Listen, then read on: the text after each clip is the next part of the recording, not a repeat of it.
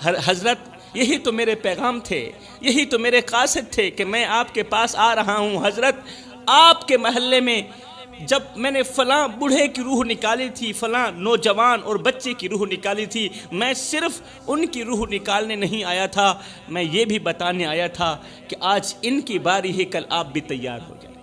تو میرے بھائیو، ایسا نہ ہو کہ تم گناہوں میں ڈوبے رہو اور اچانک موت کا فرشتہ آ جائے اور توبہ کا ایک لفظ بھی نہ کہہ سکو، توبہ کا دروازہ پھر ہمیشہ کے لیے بند ہو جائے۔ اور اگر تم ان 3 گناہوں میں سے کسی ایک گناہ میں بھی پھنس گئے تو سن لو میرے بھائیو، پھر نہ تمہارے آنسو کام آئیں گے، نہ دعائیں کام آئیں گی، نہ قرآن کام آئے گا، نہ کفن کام آئے گا۔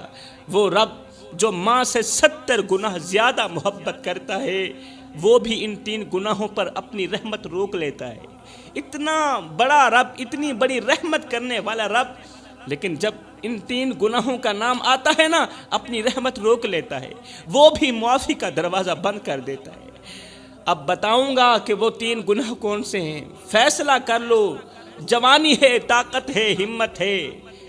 اگر ہمت ہے تو پھر اللہ کو مان لو، ہمت ہے تو پھر اللہ کی مان لو، ورنہ کل قبر تمہیں ایسے دبوچے گی، ایسے دبوچے گی جیسے شکار کو درندہ نوچتا ہے۔ میرے رسول کریم صلی اللہ علیہ وسلم نے فرمایا، صحابہ 3 گناہوں سے اللہ تعالیٰ سخت نفرت کرتا ہے۔ یہ وہ گناہ ہیں جو زمین کو ہلا دیتے ہیں، آسمان کے فرشتے کانپ اٹھتے ہیں اور رب کا غضب بھڑک اٹھتا ہے۔ یہ وہ گناہ ہیں جن کی بدبو عرش تک جاتی ہے اور اللہ اپنی رحمت کے دروازے بند کر دیتا ہے۔ یہ وہ گناہ ہیں جو انسان کو غربت کی دلدل میں اس طرح پھنساتے ہیں کہ باہر نکلنے کو کوئی راستہ ہی نہیں ملتا۔ جوانو، اگر رب کسی چیز سے سخت نفرت کرے تو سمجھ لو وہ چیز تمہارے لیے جہنم کا دروازہ ہے۔ اگر اللہ کسی چیز سے سخت نفرت کرے، یقین کر لو وہ چیز تمہارے لیے جہنم کا دروازہ ہے۔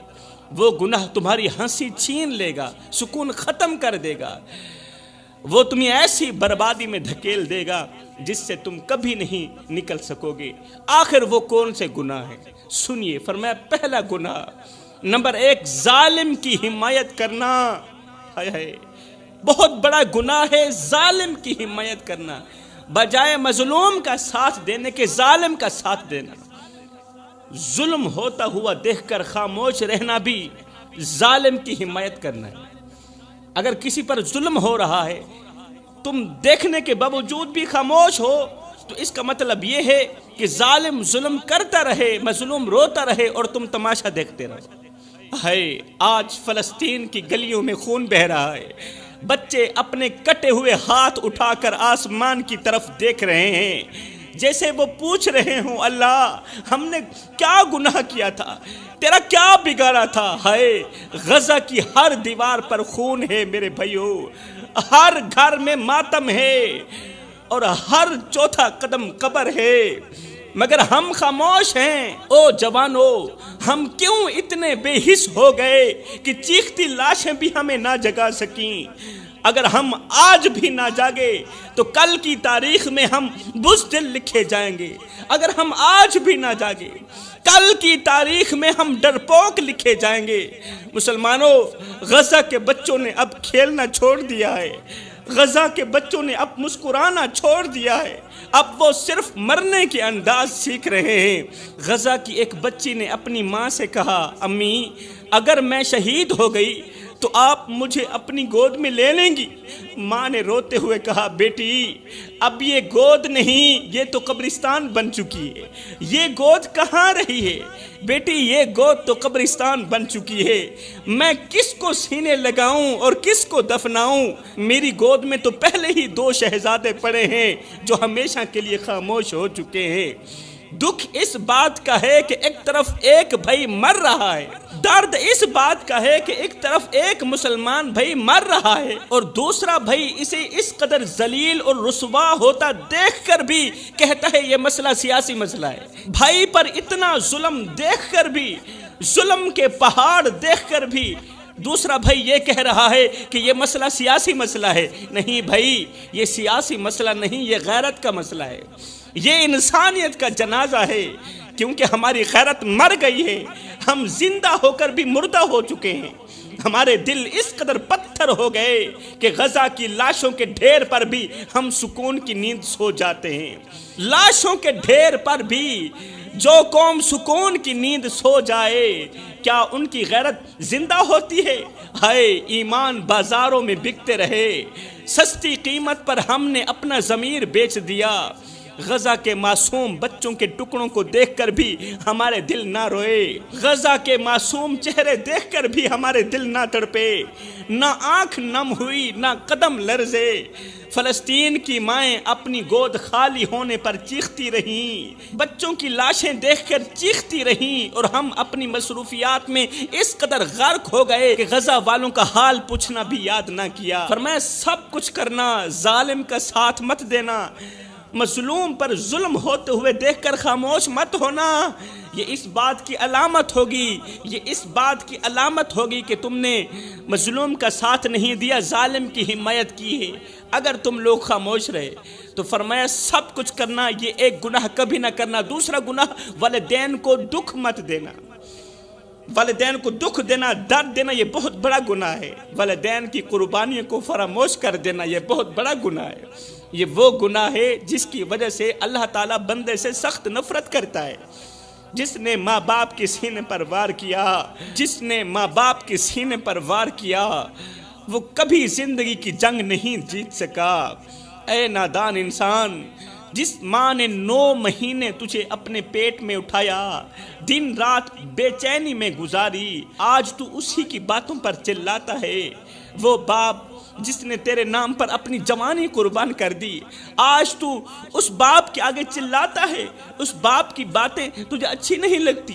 یاد رکھ، جس نے ماں کی ممتا کو ٹھکرا دیا، اس کی قسمت خود اس پر لعنت بھیجتی ہے۔ جس نے باپ کی قربانیوں کو فراموش کر دیا، اس کی قسمت خود اس پر لعنت بھیجتی رہی۔ جس باپ نے دھوپ میں جل کر تیرے لیے سائے کا انتظام کیا، وہی باپ آج تیرے لفظوں سے جھلس رہا ہے۔ تیرے لفظ اس باپ کو تڑپا کے رکھ دیتے ہیں۔ جس طرح ماں کی ایک دعا تجھے آسمان تک پہنچا سکتی ہے نا، اسی طرح ماں کا ایک آنسو تجھے زمین کے اندر دفن بھی کر سکتا ہے، زمین کے اندر دھنسا بھی سکتا ہے۔ ماں کی آنکھ سے نکلا پانی رب کے قہر کو دعوت دیتا ہے میرے بھائیو۔ اس لیے کبھی بھی اپنے والدین کو دکھ مت دینا۔ کتنے جوان راتوں کو ہنستے ہنستے سوئے مگر صبح قبروں میں پڑے تھے۔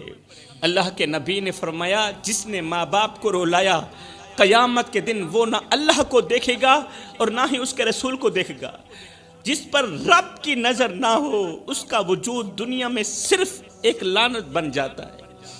جی ہاں، جس پر رب کی نظر نہ ہو، جس اولاد نے والدین کی شان کو نہ پہچانا، ان کے سائے کو بوجھ سمجھا، والدین کے ہاتھوں کی جھریوں کو نظر انداز کیا، وہ دنیا میں کبھی سرخرو نہ ہو سکی، بالکل نہیں ہو سکتی۔ کیونکہ ماں باپ کی عزت وہ تاج ہے جسے پہن کر ہی انسان لوگوں میں سر اٹھا کر جیتا ہے، اور جو اولاد وہ تاج اپنے ہاتھوں سے اتار کر پھینک دیتی ہے، ماں باپ کی عزت کا تاج، والدین کی خدمت کا تاج جو اولاد اپنے ہاتھوں سے اتار کر زمین میں پھینک دیتی ہے نا، پھر معاشرہ ایسی اولاد کے سر پر جوتے رکھ دیتا ہے۔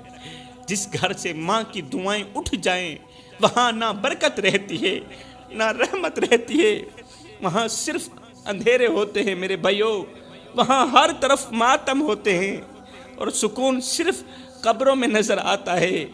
ایسی اولاد کو لوگ عزت سے نہیں افسوس سے یاد کرتے ہیں۔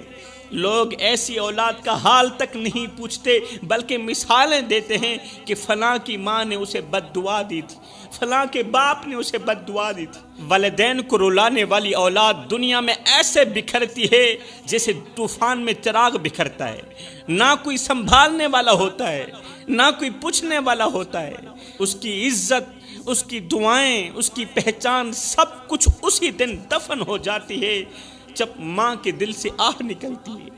پھر لوگ ایسی اولاد کو چھوڑ دیتے ہیں، رشتے بھاگ جاتے ہیں، اور وقت اسے آئینہ دکھاتا ہے کہ جو تو نے ماں باپ کے ساتھ کیا وہ اب تیرے ساتھ ہو رہا ہے، اب دنیا وہی تیرے ساتھ کر رہی ہے۔ تو فرمایا سب کچھ کرنا، والدین کو دکھ مت دینا، والدین کو درد مت دینا۔ خصوصاً بوڑھے باپ کی عزت والی پگڑی کسی کمینے کی پاؤں تلے نہ روندنا۔